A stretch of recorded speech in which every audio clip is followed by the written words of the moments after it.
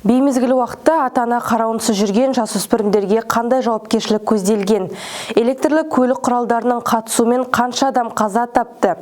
Қорғау Сергей қосымшасының көмегімен қанша жүргізуші жауапқа тартылды? Статистика алдамайды, сандар сөйлесін. Әр дүйсенбі сайын тәртіп сақшыларының атқарылған жұмыстарына назар аударыңыз. Жыл басынан бері полицейлер 1600-ге жуық құқық бұзушылықты анықтады. Бүгінде қала тұрғындары мотоцикл, скутер және мопедтерге жиі отырады. Аталмыш көліктерді тізгіндеген кейбір адамдар жол жүрісі қағидаларын сақтауды, жылдамдықты шектеудің, мотошлемді киюді ұмытып кетеді. Осы орайда патрульдік полиция инспекторлары жарақаттанудың алдын алу, жүргізушілердің ережелерді бұзуын анықтау мақсатында бірқатар іс-шараларды ұйымдастыруда. Мәселен, 5 айда электрлі көлік құралдарына қатысты 1556 құқық бұзушылық тіркелген. Оның ішінде Қазақстан Республикасының әкімшілік құқық бұзушылық туралы кодексінің 615 бабымен 1170, 593 бабымен 15, 127 бабымен 39, ал 620 бабы бойынша 332 жүргізушіге әкімшілік хаттама жасақталып, 312 электрлі көліктер айып тұрағына жеткізілді. Айта кетейік, жыл басынан бері электрлі көлік құралдарының қатысуымен 134 жол көлік оқиғасы тіркеліп, салдарынан 67 адам дене жарақатын алып, 3 кәмелетке толмаған жасөспірім қаза тапты.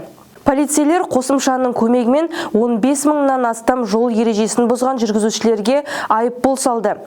Қорғау Сергей қосымшасы үнемі қала аумағында жол ережесін бұзатын жүргізушілерді дер кезінде анықтайды.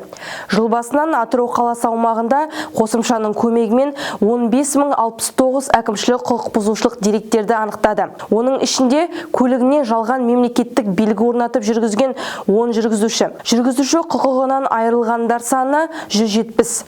Сақтандыру полисін жасаудан жалтарып жүрген 3745 көлік жүргізушісі анықталды. Сондай-ақ 996 жүргізуші көлікті мемлекеттік белгісі жоқ күйде басқарса, техникалық байқаудан өтпеген автокөлік тізгіндеген 3623 жүргізуші анықталып, оларға қатысты әкімшілік хаттама жасақталды.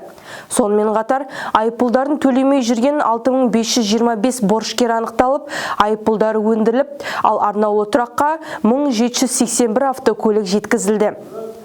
Ата-ана қарауынсыз түн ішінде көзге түскен 5 жасөспірім анықталды. Беймезгіл уақытта ата-ана қарауынсыз көшеде жүретін жасөспірімдердің тәртібі ерекше бақылауды қажет етеді. Бұл орайда кәмелет жасына толмаған балалардың жүріс-тұрысына үйдегі ата-ана беретін тәрбиенің тізгіні бос болмағаны жөн.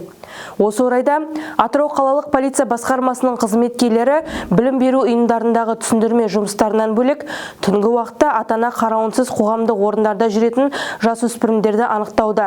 Мәселен, қаладағы компьютерлік ойын клубтары тексеріліп, түнгі уақытта заңды өкілсіз жүрген 5 жасөспірім анықталды. Ата-аналары мен түнгі уақытта жасөспірімдерге қызмет көрсеткен кәсіпкерлік нысан жауапкершілікке тартылды. Айта кетейік, түнгі сағат 22:00-ден таңғы сағат 06:00-ге дейін ойын-сауық мекемесінде жүруіне жол берген үшін мекеме әкімшісі Қазақстан Республикасының әкімшілік құқық бұзушылық туралы кодексінің 138 бабының 1 бөлігіне сәйкес әкімшілік жауапкершілікке тартылады. Сондай-ақ кәмелетке толмаған баланың ата-анасы Қазақстан Республикасының әкімшілік құқық бұзушылық туралы кодексінің 442 бабы 1 бөлігі бойынша әкімшілік жауапкершілікке міндеттеледі.